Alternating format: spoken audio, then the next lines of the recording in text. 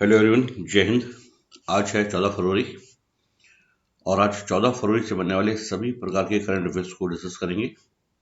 अगर आप हमारे चैनल में नए हैं और अगर अभी तक आपने हमारे चैनल को सब्सक्राइब नहीं किया है तो आप हमारे चैनल को सब्सक्राइब करें ताकि आपको डेली करंट अफेयर से संबंधित अपडेट मिलती रहे। तो चलिए स्टार्ट करते हैं। राष्ट्रीय सुरक्षा गार्ड एनएसजी और अमेरिका के स्पेशल ऑपरेशन फोर्स एसओएफ द्वारा संयुक्त सैन्य अभ्यास तरकश का आयोजन कहां पर किया जा रहा है। तो आपको बता दें कि भारत के नेशनल सिक्योरिटी गार्ड एनएसजी और अमेरिका के स्पेशल ऑपरेशन फोर्स एसओएफ द्वारा एक संयुक्त सैन्य अभ्यास तरकश का आयोजन तमिलनाडु की राजधानी चेन्नई में किया जा रहा है। तो ये भारत के नेशनल सिक्योरिटी गार्ड और अमेरिका के स्पेशल ऑपरेशन फोर्स के द्वारा किया जाने वाला एक संयुक्त युद्ध अभ्यास है। इसका नाम दिया गया है तरकश। ये इसका छठा संस्करण, ध्यान रखिए, ये इसका छठा संस्करण है और ये इसका आयोजन किया जा रहा है चेन्नई में। आपको बता देते हैं कि भारत और अमेरिका के बीच में होने वाले कुछ अन्य युद्ध अभ्यास इस प्रकार हैं। टाइगर ट्रम्प नंबर 1, नंबर 2 युद्ध अभ्यास, नंबर 3 रेड फ्लैग, नंबर 4 वज्र प्रहार, नंबर 5 शत्रुजीत। तो टाइगर ट्रम्प युद्ध अभ्यास, रेड फ्लैग, वज्र प्रहार और शत्रुजीत युद्ध अभ्यास भारत और अमेरिका के बीच में होने वाले कुछ प्रमुख युद्ध अभ्यास हैं। इसको ध्यान रखेंगे। और अभी भारत और अमेरिका के बीच में हो रहा है अभ्यास तरकश। बढ़ते आगे। राष्ट्रीय संस्कृति महोत्सव 2023 का आयोजन कहाँ पे किया जा रहा है। तो राष्ट्रीय संस्कृति महोत्सव नेशनल कल्चरल फेस्टिवल 2023 का आयोजन मुंबई में किया जा रहा है। ये मुंबई में शुरू हो चुका है ये महोत्सव, तो इसका सही आंसर होगा मुंबई। आपको बता देते हैं कि अभी कुछ समय पूर्व मुंबई में काला घोड़ा नाम से भी एक महोत्सव का आयोजन किया गया था। काला घोड़ा महोत्सव मुंबई में। आपको बता देते हैं कि मुंबई भारत की आर्थिक राजधानी कहलाती है। यह महाराष्ट्र की राजधानी है तथा यह सालसठ द्वीप पर स्थित है। ध्यान रखिए, सालसठ द्वीप पर स्थित है मुंबई।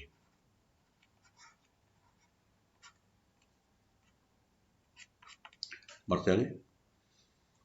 अभी हाल ही में किस देश में गैब्रियल नाम का चक्रवात आया। तो अभी हाल ही में न्यूजीलैंड में गैब्रियल नाम का एक चक्रवात आया जिसने वहां पर काफी नुकसान पहुंचाया।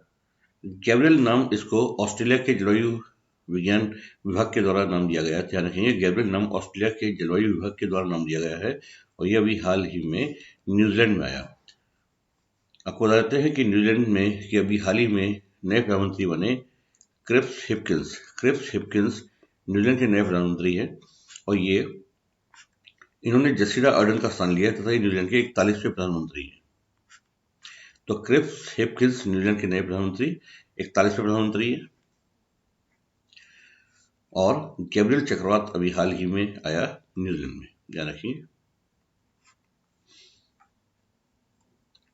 केंद्रीय आवास और शहरी मामलों के मंत्रालय द्वारा मार्च 2023 में 100 में से जिन 22 शहरों को स्मार्ट सिटी, यानी कि 100 में से अभी हाल ही में 22 शहरों को स्मार्ट सिटी का दर्जा दे दिया गया है तथा उनमें से उत्तर प्रदेश के कौन से शहर शामिल हैं। तो उत्तर प्रदेश के वाराणसी और आगरा, इन दो शहरों को स्मार्ट सिटी का दर्जा भारत के आवास और शहरी विकास मंत्रालय के द्वारा मार्च 2023 में दे दिया जाएगा। कुल 100 में से 22 शहरों को दर्जा दिया जा रहा है। ये शहर इस प्रकार है। मध्य प्रदेश का भोपाल और इंदौर, जिन 22 स्मार्ट सिटी में से सभी परियोजनाएं पूरी हो चुकी हैं और ये मार्च 2023 तक इनको ये दर्जा दे दिया जाएगा।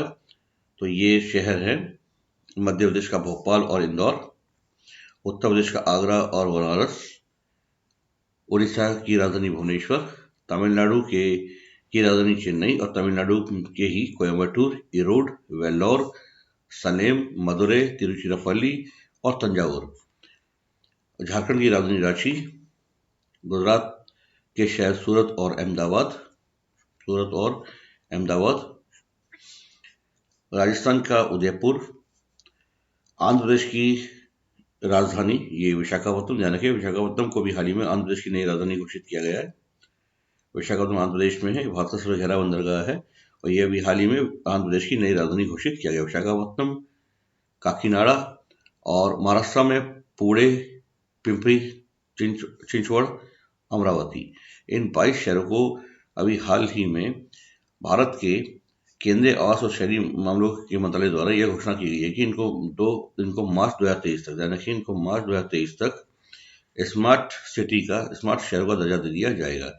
भारत सरकार ने स्मार्ट सिटी योजना को 25 जून 2015 को लॉन्च किया था। इस योजना का मुख्य उद्देश्य था शहरों को स्मार्ट सिटी बनाने के लिए वहां पर मूलभूत बुनियादी ढांचा, बेसिक फंडामेंटल स्ट्रक्चर उपलब्ध कराना है और नागरिकों को गुणवत्तापूर्ण जीवन और स्वच्छ एवं टिकाऊ माहौल देने के लिए प्रेरित करना है। इस स्मार्ट सिटी का मुख्य उद्देश्य ये है और अभी हाल ही में देश के 22 शहरों ने इस उद्देश्य को हासिल कर लिया है और इनको मार्च 2023 में स्मार्ट सिटी का दर्जा दे दिया जाएगा और ये 100 में से टोटल 22 शहर है। इनमें से उत्तर प्रदेश का आगरा और वाराणसी शामिल है। जबकि आपको बता देते हैं कि इन 22 शहरों में सर्वाधिक शहर तमिलनाडु के हैं। तमिलनाडु का चेन्नई, कोयम्बटूर, इरोड, वेल्लोर, सलेम, मदुरै, तिरुचिरापल्ली और तंजावुर, ये सर्वाधिक शहर इन 22 शहरों में तमिलनाडु के शहर शामिल है। बढ़ते आगे। एशियाई विकास बैंक द्वारा किस राज्य में बागवानी को बढ़ावा देने के लिए $130 बिलियन के ऋण को मंजूरी दी गई? तो अभी हाल ही में ही एशियाई विकास बैंक के द्वारा हिमाचल प्रदेश को, ध्यान रखिए इसका सही आंसर होगा हिमाचल प्रदेश को $130 बिलियन के ऋण की मंजूरी दे दी गई। उसको यह ऋण राज्य में बागवानी को बढ़ावा देने के लिए, गार्डनिंग को बढ़ावा देने के लिए, ध्यान रखेंगे प्रमोट हॉर्टिकल्चर को प्रमोट करने के लिए, बागवानी को बढ़ावा देने के लिए उसको यह ऋण देने की मंजूरी दी गई। आपको बता देते हैं कि एशियाई विकास बैंक का मुख्यालय फिलीपींस की राजधानी मनीला में है। इसकी स्थापना 19 दिसंबर 1966 को हुई थी तथा इसके पास वर्तमान में 68 सदस्य हैं, जिनमें से 49 सदस्य एशिया के हैं और एशिया पैसिफिक के हैं, जबकि 19 सदस्य इस क्षेत्र के बाहर के सदस्य हैं। एशियाई विकास बैंक में सर्वाधिक फंडिंग अमेरिका और जापान के द्वारा की जाती है। इसके सबसे बड़े स्टेक होल्डर जो है वो अमेरिका और जापान है। इसका मुख्यालय फिलीपींस की राजधानी मनीला में है और अभी हाल ही में इसने हिमाचल प्रदेश को $130 बिलियन के ऋण को मंजूरी इसलिए दी ताकि वहां पे बागवानी को बढ़ावा दिया जा सके। बढ़ते आगे।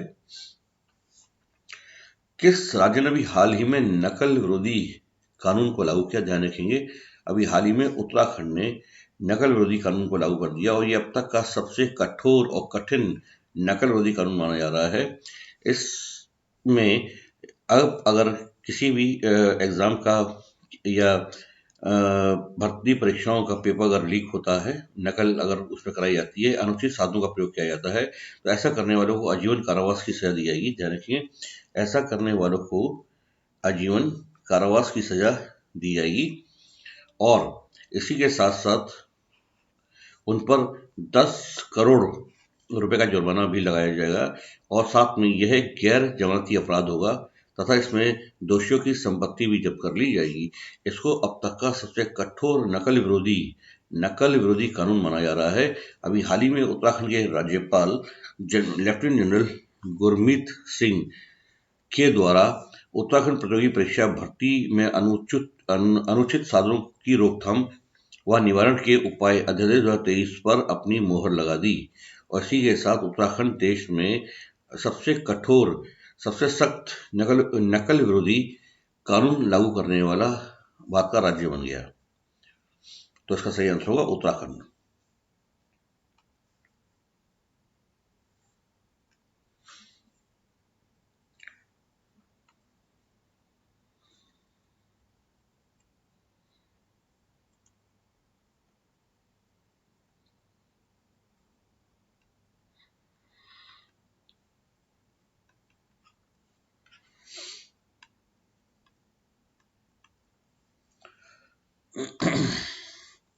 बात करते हैं एरो एशिया 2023 का आयोजन कहाँ पर किया जा रहा है। तो एरो एशिया 2023 का आयोजन बेंगलुरु में किया जा रहा है। तो उसका सही आंसर होगा बेंगलुरु। एरो एशिया 2023 का आयोजन किया जा रहा है बेंगलुरु में। यह इसका 14वां संस्करण है, जिसको 13 फरवरी से 17 फरवरी तक बेंगलुरु में आयोजित किया जाएगा तथा इसका उद्घाटन प्रधानमंत्री नरेंद्र मोदी के द्वारा किया गया। तो ध्यान रखेंगे, एरो एशिया 2023 का आयोजन बेंगलुरु में किया जा रहा है। यह इसका 14वां संस्करण है, 14वां एडिशन है तथा इससे पहले यहाँ पर 13 संस्करण बेंगलुरु में होस्ट किए जा चुके हैं। इसकी शुरुआत 1996 में हुई थी। ध्यान रखेंगे, एरो इंडिया प्रोग्राम की जो शुरुआत हुई थी वो 1996 में हुई थी और अब तक से 13 संस्करण एडिशन हो चुके हैं और अभी जो इसका वर्तमान में एडिशन हो रहा है वो 13 फरवरी से 17 फरवरी तक है। ये इसका 14वां संस्करण 14वां एडिशन है और इसका उद्घाटन अभी हाल ही में प्रधानमंत्री नरेंद्र मोदी के द्वारा किया गया है। इसकी थीम रखी गई है the run away to a billion opportunities. तो ध्यान रखिए, थीम है the run away to a billion opportunities. Nikos Christodoulides को किस देश का अगला राष्ट्रपति चुना गया है। तो ध्यान रखें, साइप्रस के अब नए राष्ट्रपति होंगे निकोस क्रिस्टोडोलाइट्स। ये साइप्रस के नए राष्ट्रपति होंगे। आपको बता देते हैं कि साइप्रस एशिया महाद्वीप में स्थित एक देश है। हालांकि ये भौगोलिक रूप से एशिया महाद्वीप में आता है, जबकि भू राजनीतिक रूप से, जियोपॉलिटिक्स रूप से और कल्चरल सांस्कृतिक रूप से ये यूरोप महाद्वीप का हिस्सा है। तो ध्यान रखिए, साइप्रस भौगोलिक रूप से एशिया महाद्वीप का हिस्सा है, जबकि ये जियोपॉलिटिक्स, भू राजनीतिक रूप से और सांस्कृतिक रूप से इसको यूरोप महाद्वीप का हिस्सा माना जाता है। साइप्रस की राजधानी निकोसिया है। साइप्रस की राजधानी निकोसिया है। ये भूमध्य सागर में स्थित एक छोटा सा देश है। आपको मैप में दिखा देते हैं, ये साइप्रस है और ये भूमध्य सागर में स्थित एक छोटा सा देश है। ये तुर्की के दक्षिण में है। यहाँ पे आप देख पा रहे होंगे, ये साइप्रस है ये। और साइप्रस विश्व का एकमात्र ऐसा देश है जिसके राष्ट्रीय ध्वज में उस देश का मानचित्र अंकित है। ये आप देख रहे होंगे, इसका मैप, साइप्रस का मैप आप देख रहे होंगे और ये इसका जो है राष्ट्रीय ध्वज है। तो साइप्रस विश्व का एकमात्र ऐसा देश है जिसके राष्ट्रीय ध्वज में उस देश का मानचित्र अंकित है। ध्यान रखेंगे, साइप्रस भूमध्य, आपको बताया था कि साइप्रस भूमध्य सागर में स्थित एक छोटा सा देश है और इसकी राजधानी निकोसिया है। उसके अब नए राष्ट्रपति होंगे निकोस क्रिस्टोडोलाइट्स।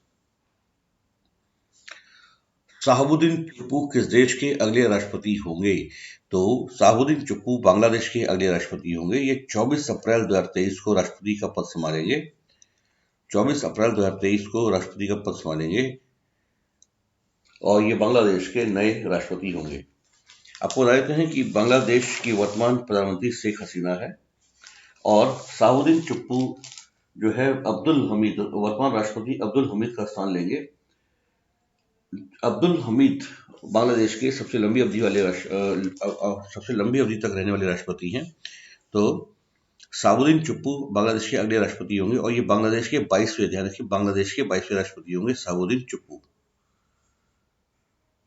और ये स्थान लेंगे अब्दुल हमीद का। अब्दुल हमीद बांग्लादेश के अब तक के सबसे लंबा कार्यकाल वाले राष्ट्रपति हैं। बांग्लादेश की प्रधानमंत्री शेख हसीना है। बांग्लादेश की स्थापना 1971 में पाकिस्तान से अलग होकर की गई थी। इसका पहले नाम पूर्वी पाकिस्तान था। बांग्लादेश की राजधानी ढाका है और यहाँ की मुद्रा टका है। बांग्लादेश भौगोलिक रूप से भारत से घिरा हुआ है तथा इसका कुछ हिस्सा ये म्यांमार को भी स्पर्श करता है। बांग्लादेश भारत से सबसे लंबी अंतर्राष्ट्रीय सीमा बनाने वाला देश है।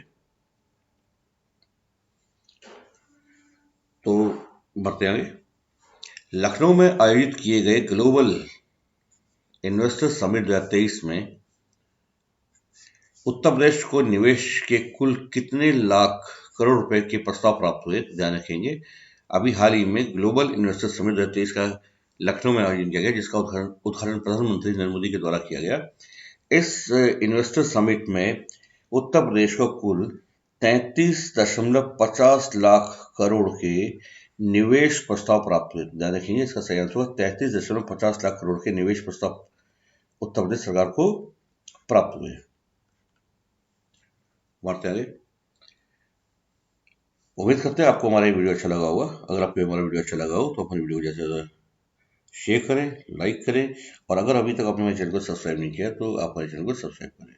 तो मिलते हैं अगले वीडियो में। धन्यवाद। जय हिंद, जय भारत।